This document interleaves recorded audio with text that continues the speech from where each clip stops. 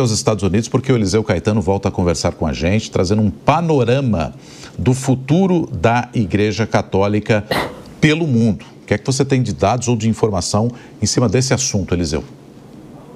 Oi, Renato, muito bom dia novamente para você e para a Paula aí no estúdio do Jornal da Manhã e para todo mundo que acompanha a programação da Jovem Pan. A gente volta a falar ao vivo, direto aqui dos Estados Unidos, neste momento, 8 horas da manhã, com 11 minutos na costa leste do país. Temperatura de momento aqui no sul da Flórida, 24 graus Celsius. Antes da gente trazer esse panorama, porque já começa uma especulação por aqui sobre o futuro da Igreja Católica e como esse futuro acontecerá, será aqui nos Estados Unidos. Só que antes a gente tem uma notícia de última hora, é um Jovem Pan urgente, porque o atual presidente dos Estados Unidos, Donald Trump, acabou de fazer um post em sua própria rede social, a Truth Social, e ele disse o seguinte: descanse em paz, Papa Francisco, que Deus esteja contigo.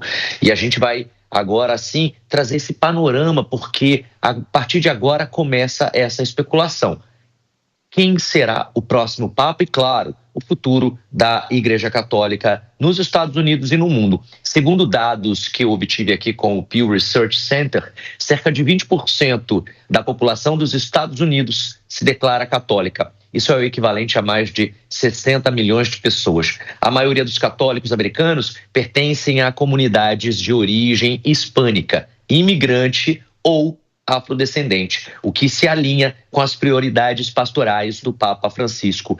A Igreja Católica aqui nos Estados Unidos enfrenta atualmente diversos desafios, viu? Como, por exemplo, a queda no número de vocações sacerdotais, o aumento da secularização entre jovens, escândalos de abusos ainda não resolvidos e crescente polarização política entre os próprios fiéis. No entanto, a instituição segue sendo uma das mais influentes no país, especialmente em áreas como educação, saúde e também assistência social. Com a morte do Papa Francisco, os católicos americanos se dividem agora entre o luto por uma liderança espiritual global e também a expectativa sobre a escolha de seu sucessor. Para muitos por aqui, o futuro da igreja nos Estados Unidos vai depender da capacidade do próximo Papa de equilibrar tradição, modernidade, escuta, autoridade, diálogo e doutrina.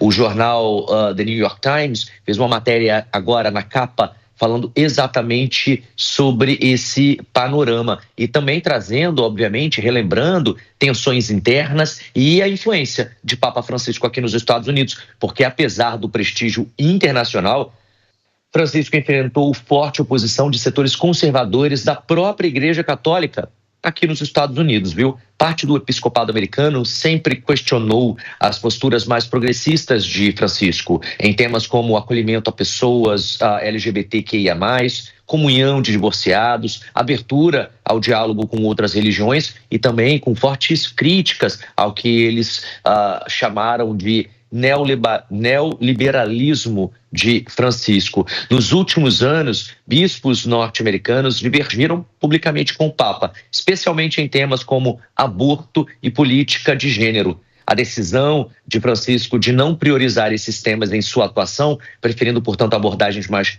pastorais, mais sociais, foi recebida com desconfiança por lideranças tradicionais aqui no país. E aí, por isso que é tão importante a gente relembrar aí o histórico do Papa Francisco com os Estados Unidos, as relações dele com as lideranças políticas daqui e também os temas que marcaram a atuação dele, trazendo aí esse panorama da Igreja Católica aqui nos Estados Unidos e também, obviamente, essa especulação de como isso se dará nos próximos anos com o próximo Papa. Eu volto ao estúdio de Jornal da Manhã. É com vocês, Donato, Paula. Muito obrigado, Eliseu Caetano, direto dos Estados Unidos.